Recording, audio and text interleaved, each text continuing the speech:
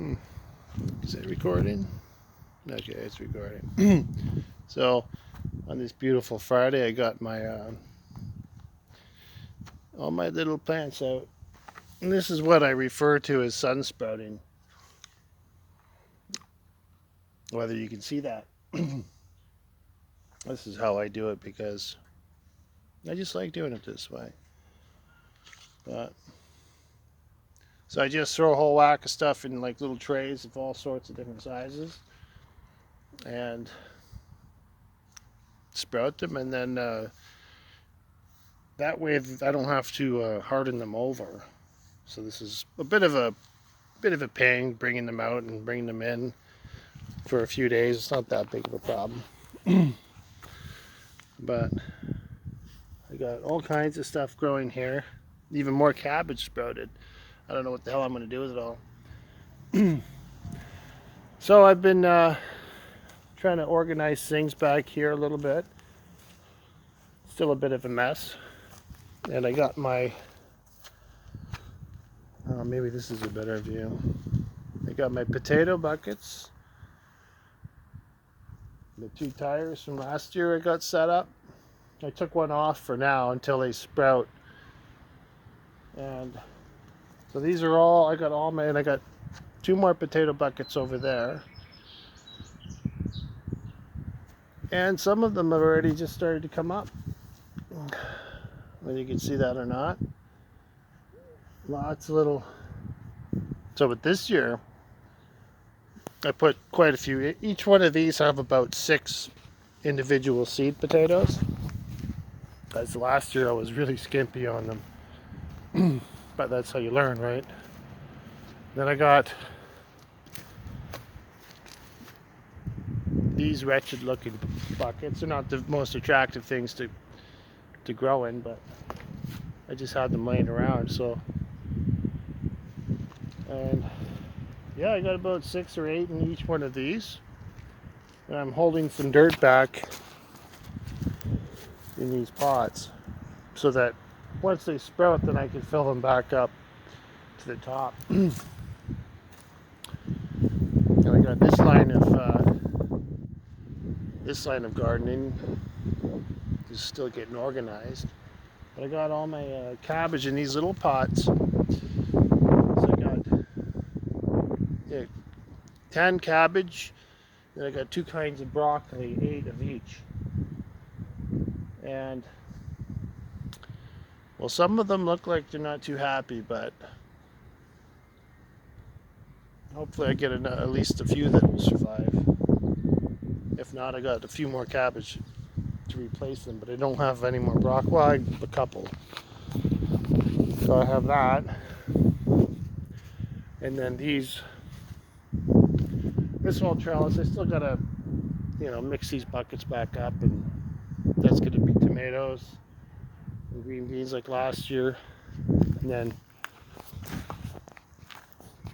I had this old carport thing that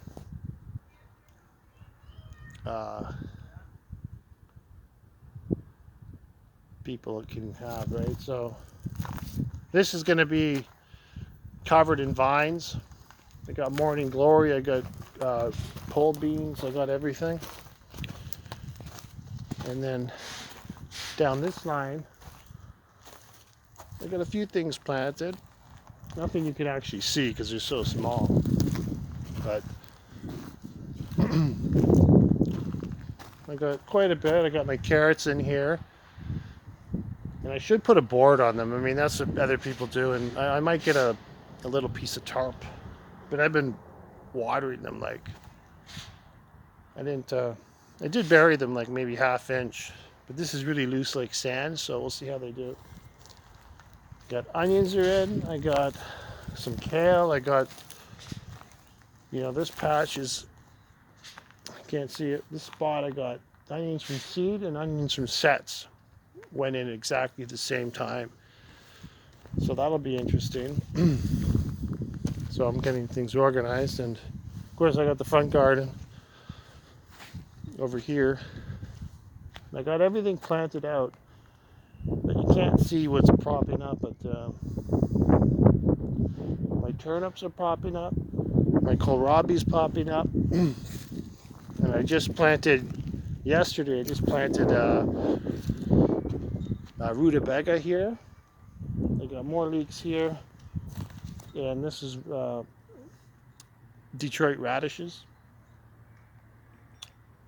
And I haven't seen them pop up yet, but I'm suspecting probably maybe by Sunday or Monday. And then this spot here is where I planted the, if you're Canadian and you know what no frills is, I got two kinds from no frills. And I planted one kind here and one kind there, but you can see that basically they pretty much failed. A couple survived. You know, like, so I don't know if it's, you know, what the root cause is at this point. Because if a couple survive, these ones they didn't take. But then these ones I got from Sobeys. And a guy in the lineup said they're from Quebec.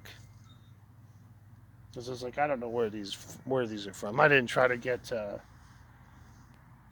You figure that, you know, the stuff that they get from would be sourced from, like, you know, local, right? But that's not usually how it works. Maybe, you know, like, I mean, I got some from China. Whatever, you know, see if they grow. Maybe they'll grow.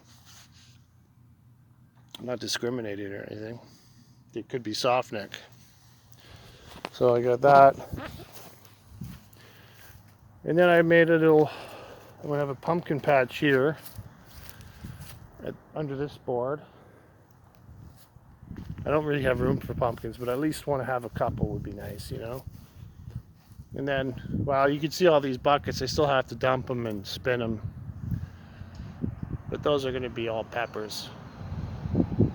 Banana peppers that didn't take. But I got another kind, hopefully they take. And then the shade garden. So I got some tulips, wildflowers, different things in there. It only gets like 3 hours of sun, so we'll see what grows.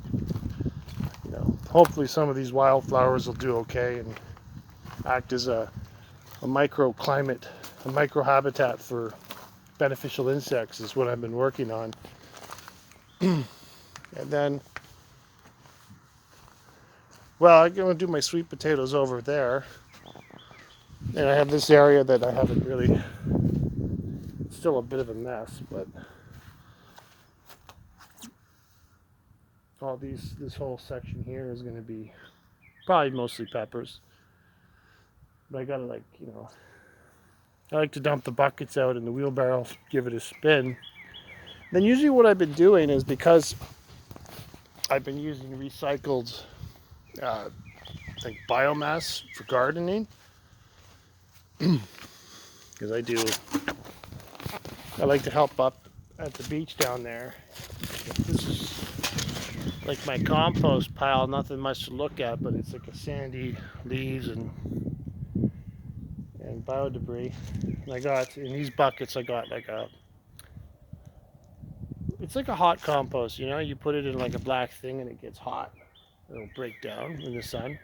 So I put some leaves and some stuff in there in the fall.